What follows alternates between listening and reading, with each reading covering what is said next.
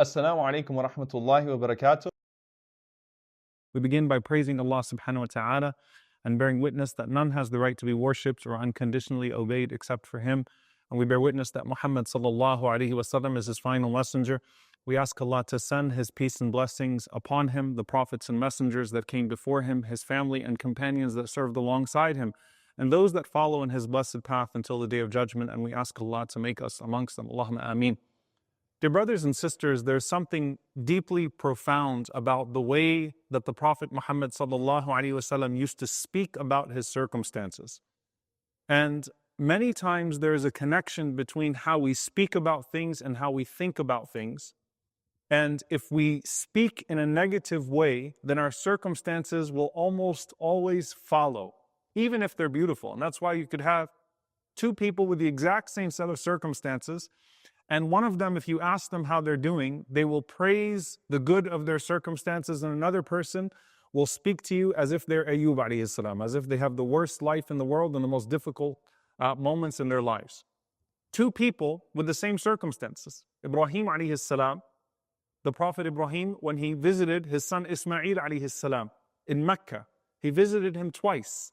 And the first time Ibrahim alayhi salam visited, he sees a wife of Ismail alayhi salam and asked her how she's doing, and all she pointed to were the negativities, the hardships that they had. And then he comes back later on, and I'm paraphrasing the story, and finds that Ismail alayhi salam has married a more righteous woman in her place, asks about her circumstances, and she praises everything that they have, even though it is the exact same set of circumstances. So it's not about the circumstances. It was about how they were experiencing those circumstances and then speaking about those circumstances. And there is a connection between the two. So much so that Allah subhanahu wa ta'ala says, and we often kind of brush over this very quickly, وَأَمَّا بِنِعْمَةِ رَبِّكَ فَحَدِّثْ. As for the blessing of your Lord upon you, speak of it. Say Alhamdulillah for it. Thank Allah for it. And be very conscious about how you speak about it. You know, when you take your sip of water and you say, Alhamdulillah, did you actually just internalize, Alhamdulillah, Alhamdulillah for the sip of water? Thank you, Allah, for the sip of water. There's something very powerful about that. That is a tahadduth bi ni'matillah, speaking about the ni'mah of Allah subhanahu wa ta'ala. There's another hadith that we often quote partially, and I wanted to just focus on the last part because it's very profoundly connected to this and get to the person of the Prophet ﷺ first and how he dealt with this. The Prophet ﷺ said, look to those who have less than you, not to those who have more than you. Why? Because that will make you more content with what Allah subhanahu wa ta'ala has given to you. Stop looking at those who have more than you. Look to those that have less than you. And the last part of that hadith, in some narrations, is وَلَا تَزْدَرُوا نِعْمَةَ اللَّهِ أو وَلَا تَزْدَرُوا نِعْمَةَ اللَّهِ عَلَيْكُمْ. Do not belittle the blessings that Allah subhanahu wa ta'ala has bestowed upon you. Meaning one part of the hadith is what you're looking at. The other part of the hadith is how you're talking about things. وَلَا تَزْدَرُوا نِعْمَةَ اللَّهِ عَلَيْكُمْ. Don't belittle, don't use words that belittle a blessing that Allah subhanahu wa ta'ala has given to you. And this speaks to the small things in life as well as the large things in life. This speaks to our negative self-talk and positive self-talk. This speaks to how we interact with our families. This speaks to how we interact with our communities.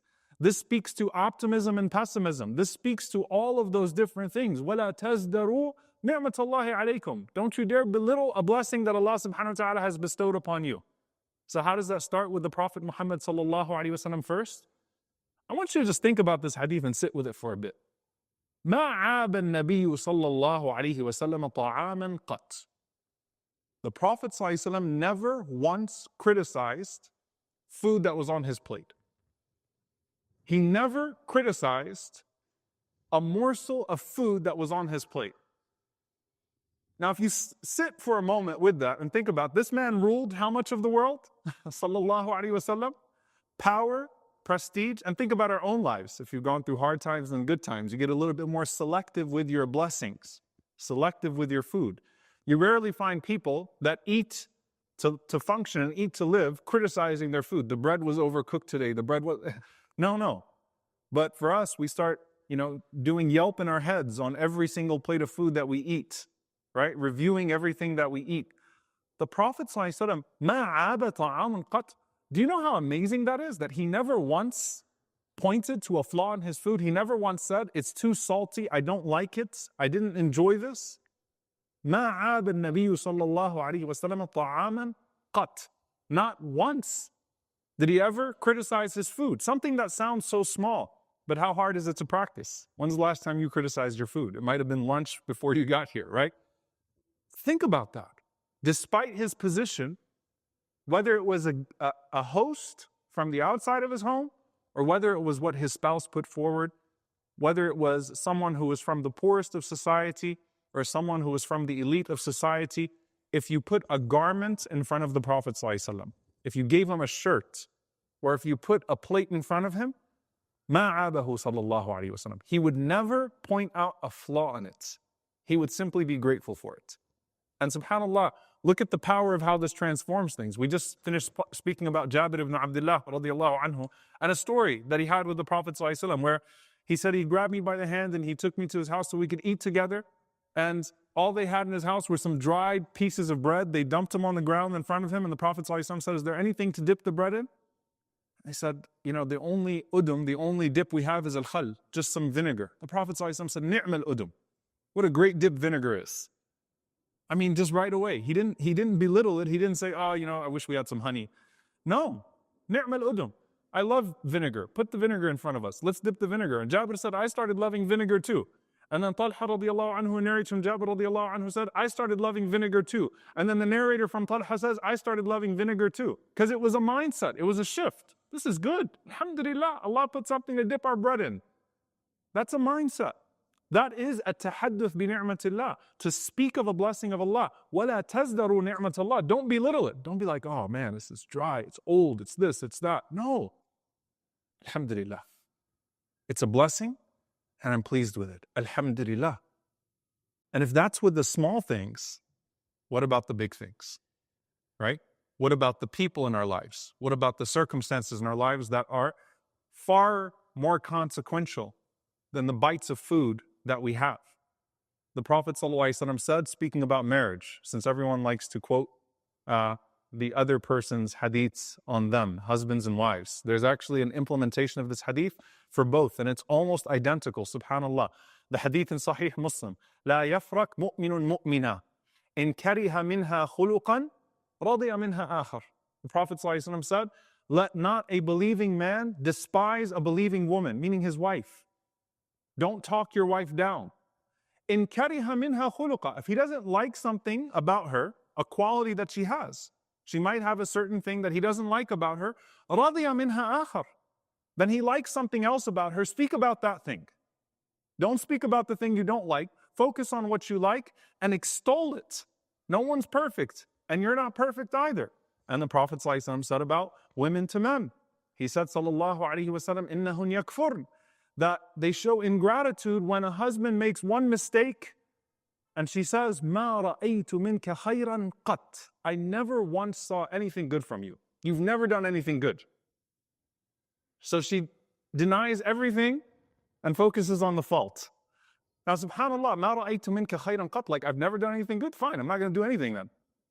The attitude shuts off both sides, right? Well, you're never going to be happy and you're never going to be happy, so why even try now? Trying to live up to anything because your standards are impossible. Both sides are operating from the same spiritual disease, by the way. Tazdaru ni'mat Allah. You're belittling the blessing of Allah subhanahu wa ta'ala. Allah blessed you with a quality. Allah blessed you with an action in that other person. You fail to extol it and you extol the bad quality dominates them. And you're stuck with it. Who suffers? You do. When do you see the Prophet ﷺ belittling Aisha radiallahu ta'ala anha?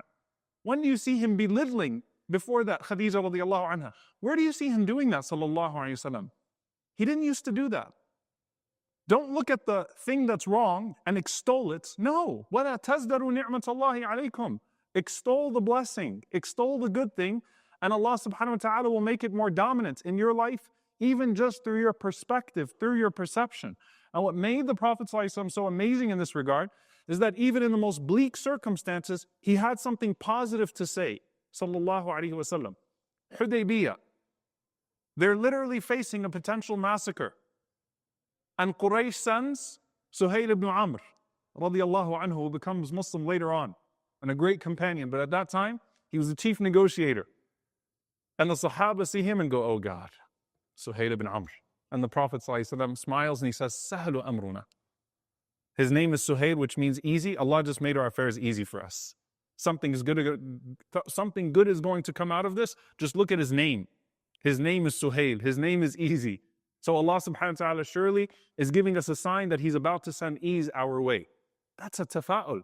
That's looking at things and trying to see something to praise Allah subhanahu wa ta'ala for. Finding the good and praising it. That's not being naive. That's not being reckless. The Prophet ﷺ said, oh, no need to do anything else. No, that's seeing something good and saying, Alhamdulillah, there's something there. Alhamdulillah. There's something in the small morsel of food. There's something in the major tragedy, something there I can find and praise. When you constantly have that negative lens, you're only messing it up for yourself and you're going to mess it up for people around you as well, because negativity is contagious. And subhanAllah, what we find often is how that translates generationally, by the way. You know, the next generation is listening to their parents constantly putting down the blessings of Allah upon them. Then you give your 6-year-old an iPhone 10. I don't know why, but you choose to give your 6-year-old an iPhone 10. And the 6-year-old, say, oh, you got an iPhone 10. Well, yeah, but my friend has a 12.